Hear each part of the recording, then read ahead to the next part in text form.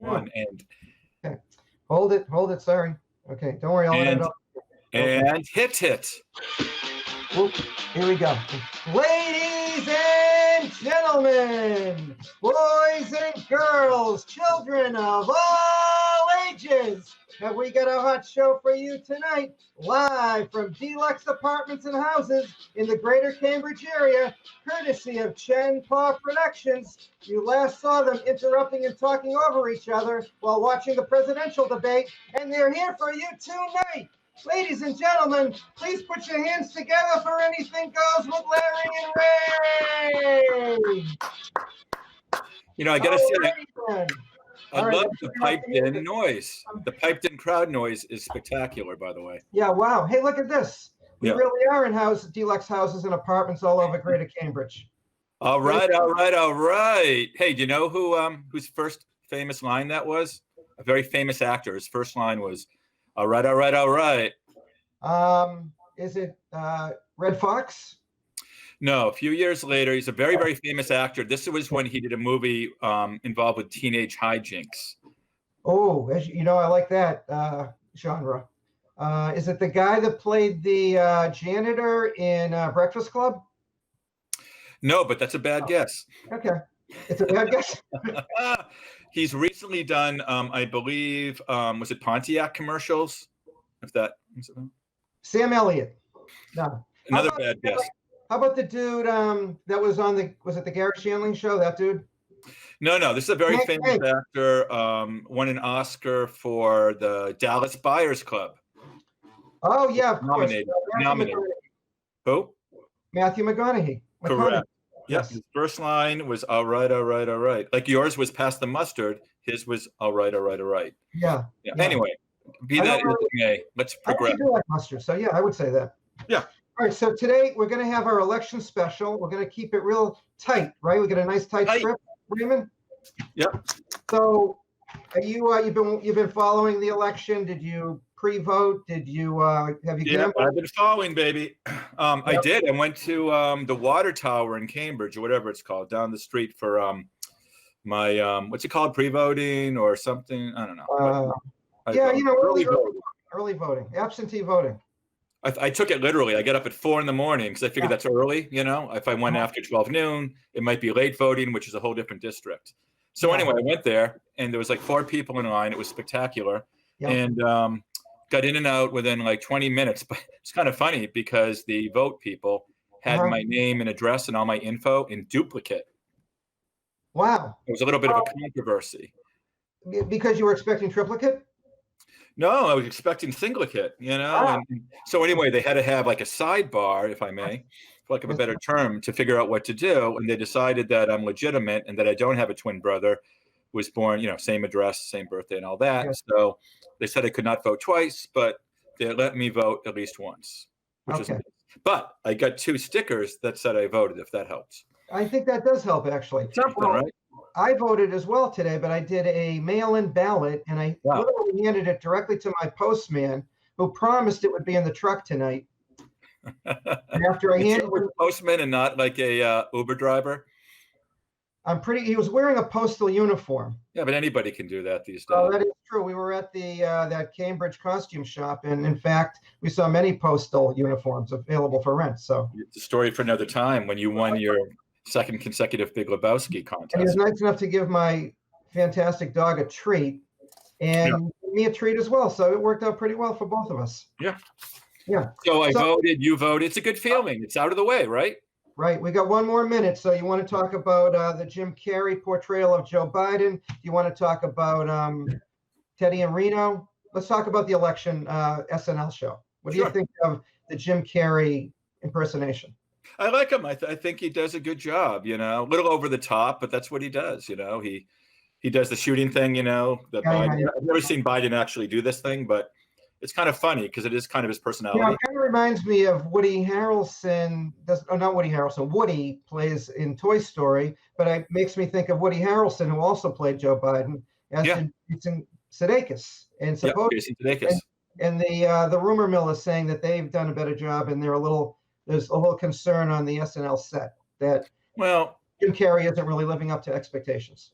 Yeah, but let's use the example of the reviews for our show. On occasion, very rare occasions, people can be a little bit cruel, a little bit, it's usually the millennials, who don't really understand our humor. Who are they? Right? Is that your phone? I hear a ringing in my ears. Oh, that's normal for you. You have tinnitus, I believe. That's true. Tinnitus. Okay, Raymond, it's 5:35, and without further ado, as you know, the show will fly by before you know it. So what do we got? What's going on? I think it's time to introduce our fantastic guest, really on the heels of another fantastic guest that we had in the beginning of September. Lay it on us. If it wasn't for that very guest, we wouldn't have this guest, so we're thankful to both. So, without further ado, our featured guest tonight is a lawyer by day and an actor, writer, and director by night, and sometimes by day if there happens to be a matinee. Wow. When she's not staring down vaping company executives in a courtroom, she's writing feature films, running marathons, and starring in many community theater productions, such as Pride and Prejudice, Of Mice and Men, The Stranger with Peter Cavicchio, and Top Girls, which I believe is about an employment agency, which I can relate to. She recently wrote and directed Resolution. She has an IMDb page, which we don't even have that. And it credits her as an actress and director known for Resolution, Batman Riddle Me This, and The Polchinski Paradox. Wow. She's a local radio host, much like us, except this is cable. Except successful. Yep, and she does her hosting at Boston Ondi, I'm sure I'm pronouncing that incorrectly, which is an all-Italian program featuring Italian pop, rock, and folk. One of your favorite genres, is it not, Raymond? Of course it is.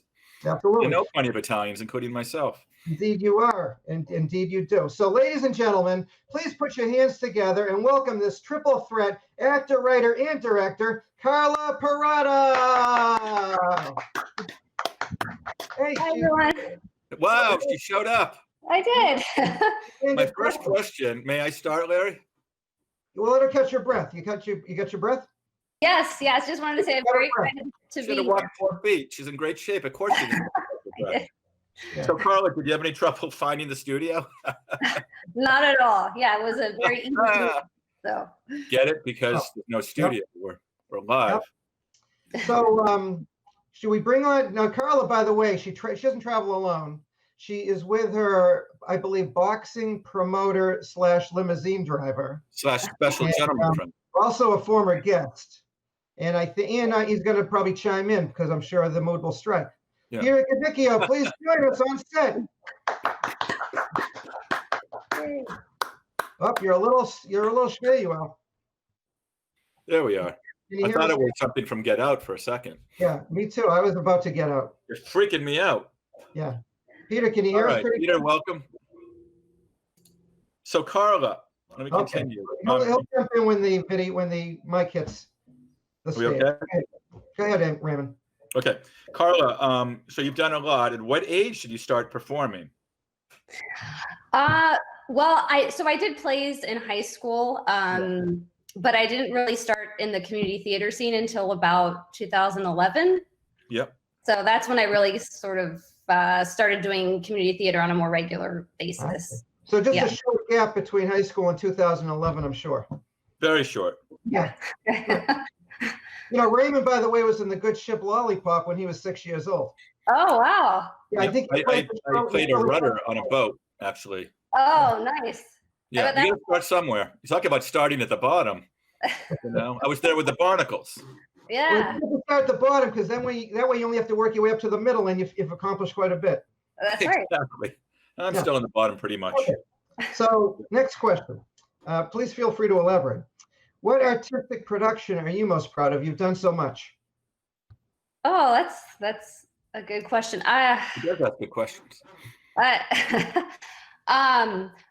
Well, I really enjoyed doing The Stranger with Peter. That was like my really the first time I was in a lead role in a community theater production. So I really enjoyed that. And the play itself had not really been performed. I think it was performed once before. And so that was a real treat for me to explore a character that really hadn't been on a stage before. And then on a personal level, I wrote Resolution and directed and produced it. So that was like a I wrote it like 10 years ago and then made it, a New Year's resolution. It's about New Year's resolution. So I made a New Year's resolution one year to actually get it, produced and done. And so taking that from thoughts in my head to final, filmed project, and now it's in a couple of festivals and stuff. So that was a big accomplishment and something. Wow. In fact, Gary's New Year's resolution, as you can see, he didn't keep, was to grow dreadlocks by July. Well, I had them as a teenager in high school. I had dreadlocks, so clearly that's my past. Yeah, he kept them in his lunchbox, actually. Right. So, which festivals are you showing resolution at? If they're, Well, so I've submitted it to a bunch. It hasn't made it in a lot of them, but it was selected for a festival called the Oniros Film Festival. It was on like they had a monthly edition, so it was one of the a finalist in the August competition. Yeah. And then it was selected for a film festival in London called the Lonely Wolf Film Festival. Wow. But film festivals are kind of in a weird state right now. They're not really, showing anything. Some of them are doing some streaming of the films. So, but yeah, it's still it's been submitted to a few others too throughout the rest of the year. It's your chance to be free to give it a plug or anything to plug, because you're going to have at least 6 or 7 people watching this on YouTube in a few weeks. Like Larry says, it's not going to really help your career, probably won't hurt it, but it's out there. So we do what we can. That's great. How about this? Have you ever met Dame Judi Dench or any other great actresses? No, well, specifically that played Lady Catherine de Bourgh. Catherine de Bourgh, of course. Yes. Oh my gosh. I think I would die if I met Judi Dench. I love her. She's great. She's still alive, Larry. Yeah. She's still with us, right? And she was a fantastic Lady C. I loved her performance. Yeah. But so Peter knows this. My favorite actress is Michelle Williams, and I had an opportunity. I met her when she played Sally in Cabaret on Broadway. Wow. And got to meet her, and That's yeah, she's amazing. Yeah. Which performance of Cabaret was that in New York? Was that in Boston? Or where was it? It was in New York. It was in 2014. Yeah. Wow. I bet she's amazing. And Larry, you'd appreciate this. You might have seen it, but excuse me because I forgot the name. It was an indie film that she did about her and her dog. The woman and her dog. Oh, you know what I'm talking about? Yes, it was something Lucy. Lucy. It was called Lucy. Lucy, yeah. And Larry, I strongly recommend it. One of her best performances. Kind of went under the radar. Very good and it's a beautiful story about the dog and everything. So Larry, as you know, you're a dog. We all know you're a dog lover. Yes. And you're a Michelle Williams lover. Who isn't? Yeah. Yeah. Well, maybe her ex, but besides that, pretty much everybody. But anyway, Lucy, great film. Yeah. Yeah. So, okay, Larry had this question for me to ask you. What's your favorite, how do you pronounce this? Lucio Battisti recording? Yeah. Lucio. It's weird that the accent's on the first syllable, but yeah. I know that being Italian. Oh, come on. First time I'm reading this. That's but it was very good. Yeah. I love all of Mio Canto Libero. Il mio canto libero. Yeah, I love that one. I love. There's a song he wrote called Mare Nero, which means like Black Sea. It's really good. Yeah, those two are probably my favorite. Barry's just learning a little bit about opera too, and I have been studying symphony music. I've been listening to the Symphony Channel, and quite frankly, the only reason I'm listening to it is because I saw an ad at WGBH to be basically a volunteer host for their symphony show. Oh wow! But by the time I applied, it was gone. It was off. Oh shoot! He stayed up till 4 a.m. the night before reading Symphonies for Dummies. Yeah. Yeah. What about Andrea Bocelli? Do you like him? I like him. Yeah. Is he too mainstream? Maybe.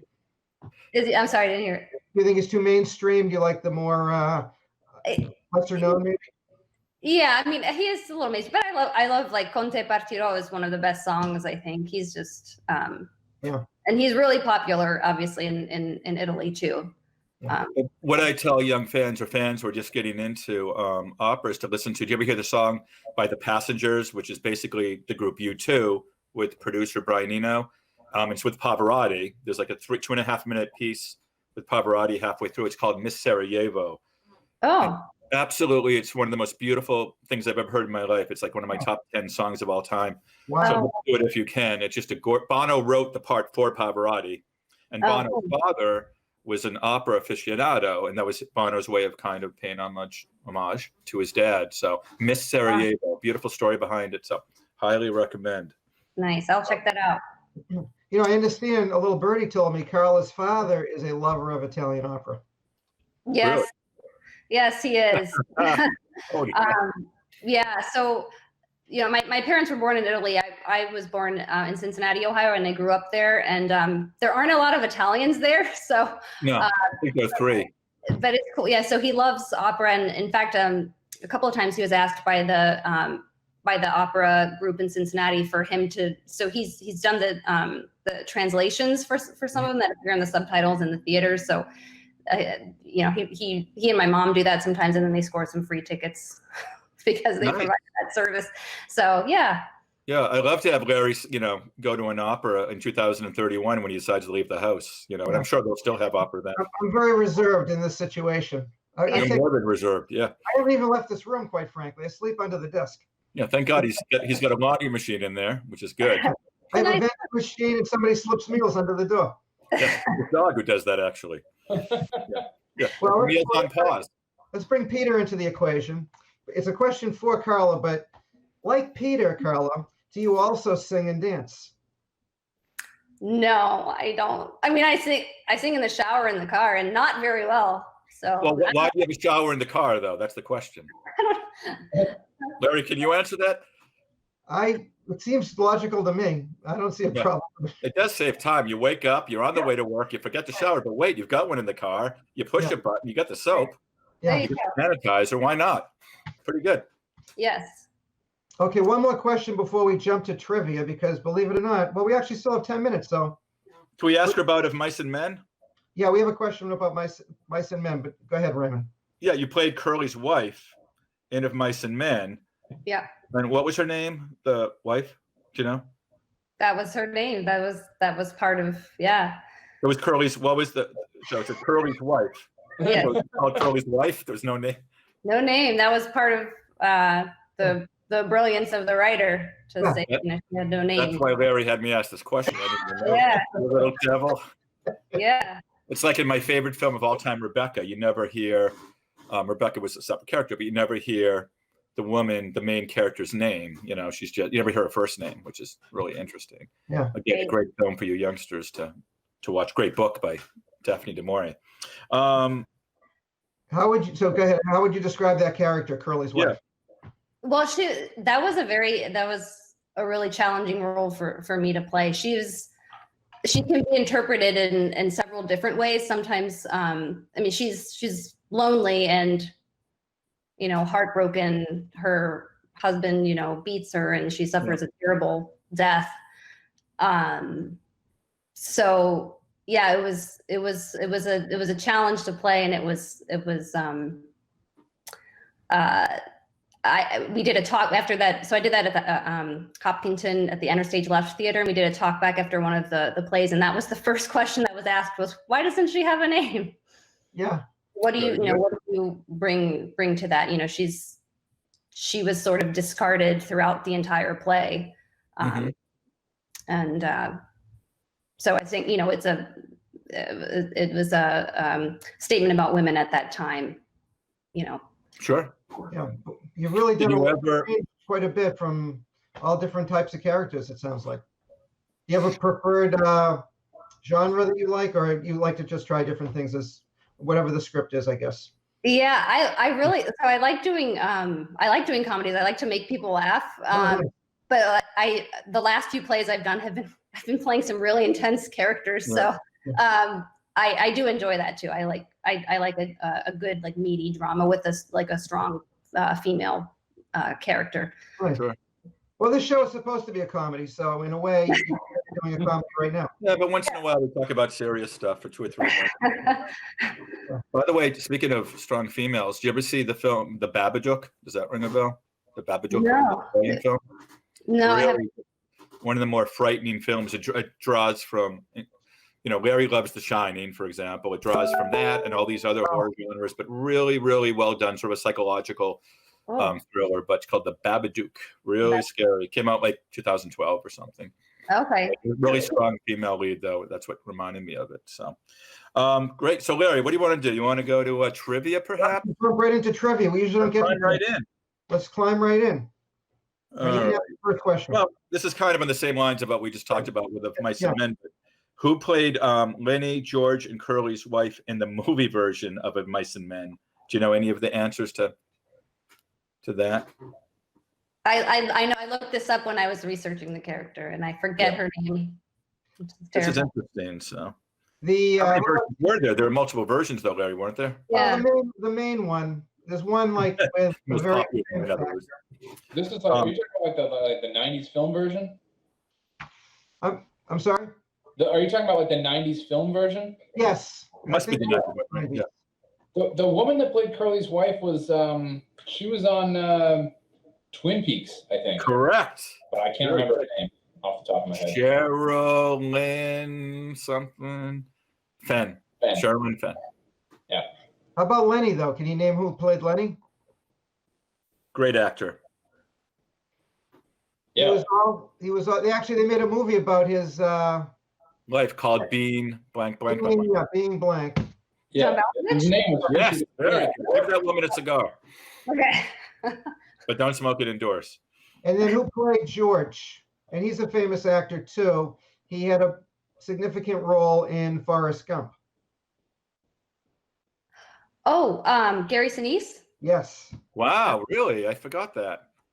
He's a great actor. Yeah. I was going to say Robin Wright, but That's a good guess too. That's not a bad guess. Yeah, it's something.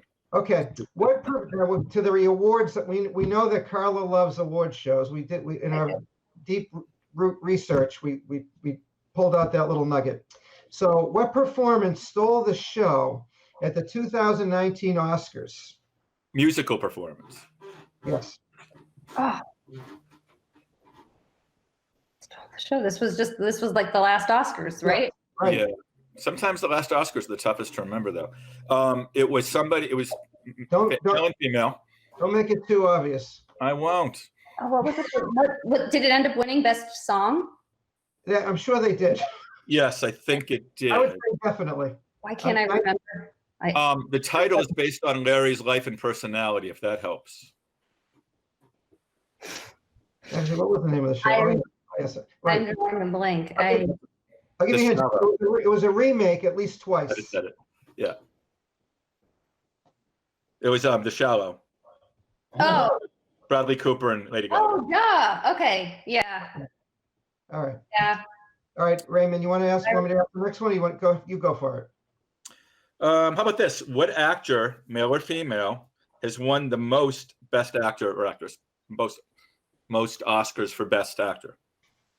Not most nominations, but who actually won? Oh, okay. So it's not Meryl Streep. I think she has the most nominations. She does, 21. Yeah. Yeah. Actor, I think it's Tom Hanks. Well, actress. It could be either or. It's one person, male or female, that won the most Oscars for the Best Actor category. It's not Tom Hanks. Nope. That would have been my guess. Yeah, that would have been mine too before I saw this. It's an old-time actor, though, right? Is it like from the? Like prior to. Let me narrow it down. It's an actress. Oh, her first win was in 1926, believe it or not, and her last was in 1981. So it's quite a range. Oh, I know who it is. It's Don't say it. All right. Because you never even gave me the answer right before. I don't know the answer. I'm guessing too. The first one was 1920 something. Is that what you said? 1926. In fact, I don't have Larry in my show notes. Actually, had the original notes before you revised them. I had the actual film, so that's okay. Well, too bad. We're down to just a couple minutes, so I'll tell you. But very famous, opinionated, strong woman, extremely strong. Did a lot of films. Well, I'll give it away. But Spencer Tracy. Oh. Okay. Oh, was it Betty Davis? No, but same sort of genre. So I know what it is. I just I was think going to guess, was she a child in 1926? A what? A child? She was probably a teenager. Not a child, though. how about Katharine Hepburn? That's correct. Oh. Katharine Hepburn. So I forget the first Okay. one, but the last one was on Golden Pond when she was very old in 19. Yeah. Yeah. You know. As a side note, my real estate attorney is the son of Betty Davis. That's actually true. Wow, Yeah. Wow. that's cool. Yeah. How does it help us? It really doesn't. Does he have her eyes? What's that? He Yeah. actually does have really nice blue eyes, I have to say. But probably like a minute and a half left. But I do want to ask you quickly. This is a great question. What movie did Marlon Brando win the Best Actor for, but turned down the Oscar for? He never showed up. He had somebody accept on his behalf. Is it The Godfather? Correct. Really? Okay. I did not know Why that. did he not show up though? He was refused to protesting. offer. I don't know. That's He was weird. protesting the treatment of Native Americans, and he had this woman, I believe her name was Shasheen Littlefeather or something like that, get the Oscar on his behalf and humbly accept it for him. But yeah, really interesting. Never showed up and was protesting Native American. Raymond, I think it's time to storm the castle. All right, everybody, great. See how fast the show went? The show is over. Thank you very, very much, Thank Carla you, Carla and Peter. Perrotta, for joining us. Thank you, Peter Cavicchio, for reuniting with us. Thank you, Raymond Castagnoli, for shading yourself in darkness. That helped us as well. Yeah, I'm incognito. Storming the Total castle, incognito. everybody. So we'll do it again. We'll try to get you guys together on the show, maybe in studio. All right. So have fun storming the castle, everybody. It still might be on for another minute, so be free. Okay. Just wave. Everybody just wait for a full minute. Yeah.